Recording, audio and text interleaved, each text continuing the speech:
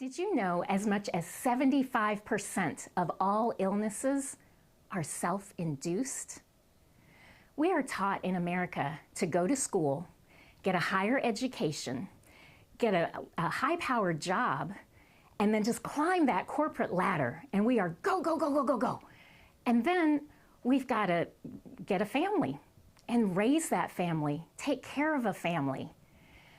And what does that do with our health and our stress? Because who knows what's going on in the world around us? And we can't control what's happening in the world around us, but we can take control of our health and get well now. You see, what I found in my own life is I watched my father work so hard all of his life to provide an amazing life for us, and I was so grateful for that. However, as hard as he worked, I saw that as he was ready to retire and have those golden years, his body broke within just 3 years of retiring. We worked so hard all our lives to achieve retirement, and then to retire and have poor health. He was diagnosed with Parkinson's disease, and then Lewy body disease, and then prostate cancer. My mom spent the last 11 years of his life being a full-time caregiver, and it broke my heart. However, once he did pass away, she wasn't one to sit idly. She busied herself in the community. She joined a church where she fed the homeless 2 to 3 times a week. She went to sitting yoga. She did line dancing, and she even created a widows group where she had other widows come to her home. She was amazing. But then 2020 hit, and the world shut down, and my mother shut down. Community is immunity, and she lost her community. But what we found is that she would call my brother and I all the way in Virginia while she lived in Florida, and she would have to ask for help finding her way home from places that she had been to so many times before.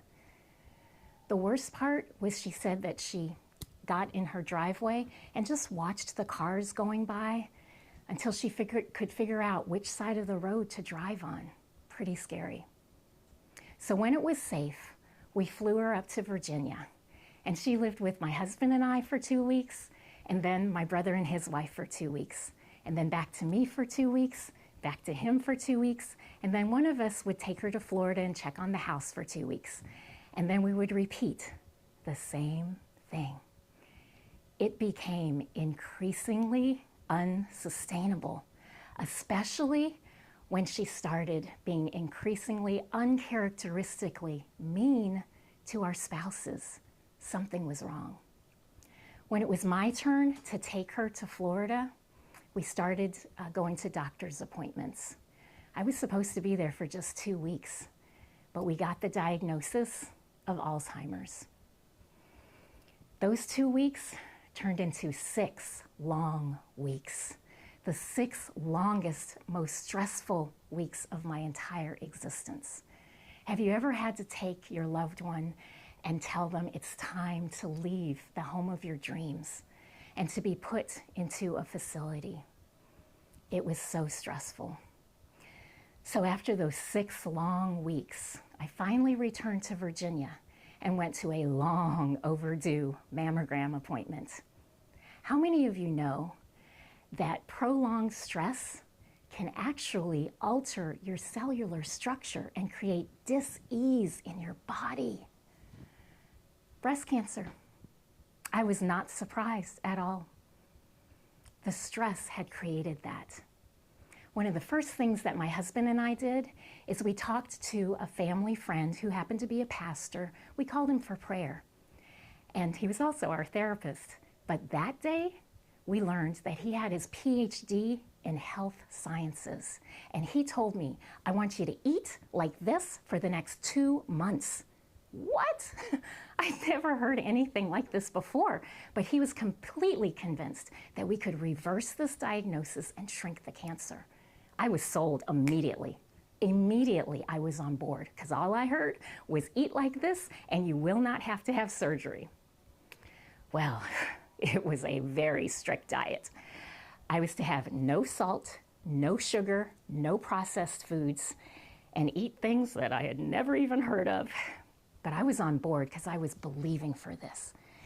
And I was simultaneously being obedient to my Western medicine doctors.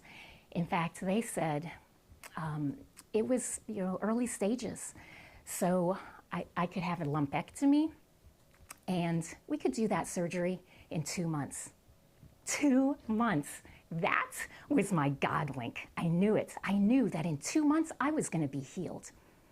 It was a long 2 months, missing all of my favorite foods. But it was time. My holistic guide said, okay, ask your doctors for a second MRI. I went back to my doctors and they said no. They said no. They said nothing had changed. Everything had changed. Everything had changed.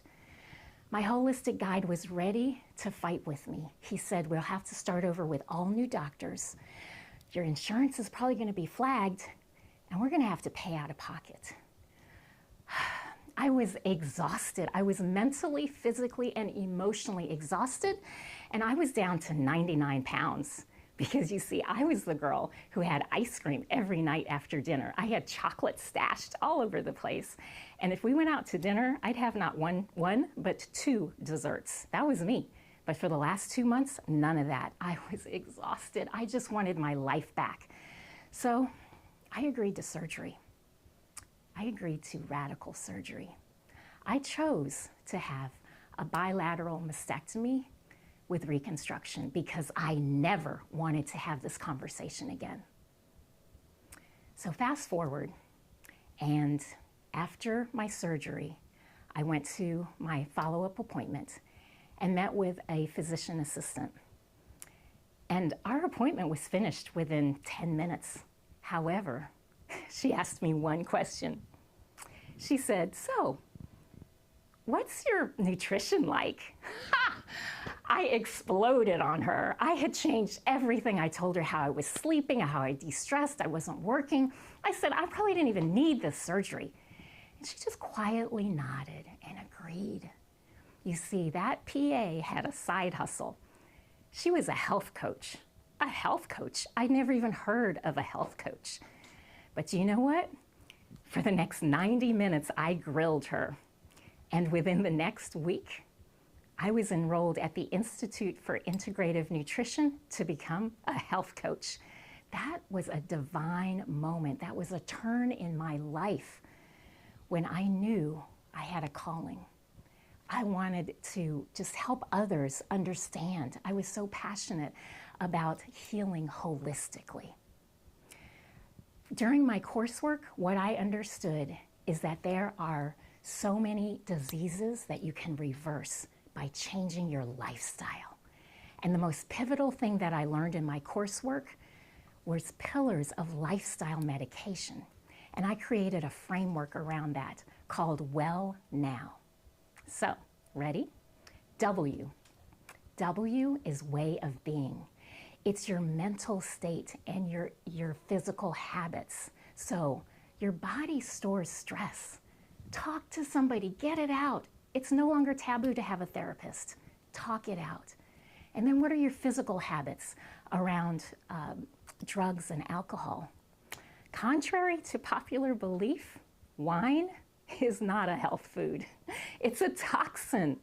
So be good to your body and quit the toxins. Let it go. E is energy movement.